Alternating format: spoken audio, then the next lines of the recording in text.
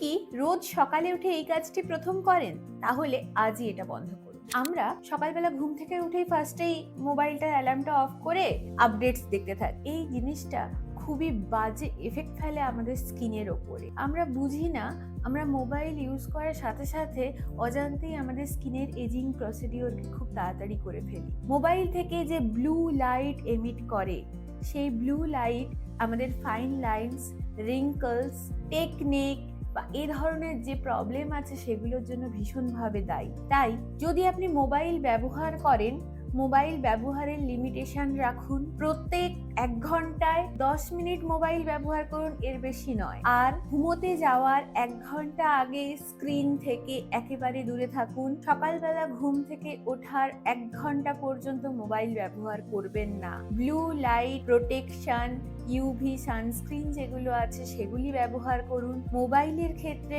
Built in yellow screen যেটা হয় সেটা ইউজ করুন এবং ভালো থাকুন।